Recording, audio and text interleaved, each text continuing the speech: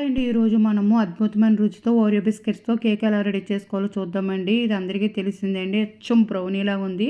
దీనికి కావాల్సిన పదార్థాలు మనం చూద్దాము. ముందుగా నేను 3 బిస్కెట్ ప్యాకెట్స్ తీసుకున్నానండి. ఓరియో బిస్కెట్ ప్యాకెట్స్ తీసుకొని క్రీమ్ని సెపరేట్ చేసుకుని బిస్కెట్లు ముక్కలుగా కట్ చేసుకొని మిక్సీ పట్టుకుందాము. ఈ మిక్సీ పెట్టుకుని ఒక బౌల్లో వేసుకొని ఒక ఫుల్ గ్లాస్ పాలు వేసుకొని ఈ మిశ్రమాన్ని కలుపుకుందామండి. బిస్కెట్తో కలుపుకొని మనము చాక్లెట్ దీనిపైన ఉన్న క్రీమ్ని ఆఫ్ వేసుకుని బేకింగ్ పౌడరు ఒక స్పూన్ వేసుకుని కలుపుకుందాము.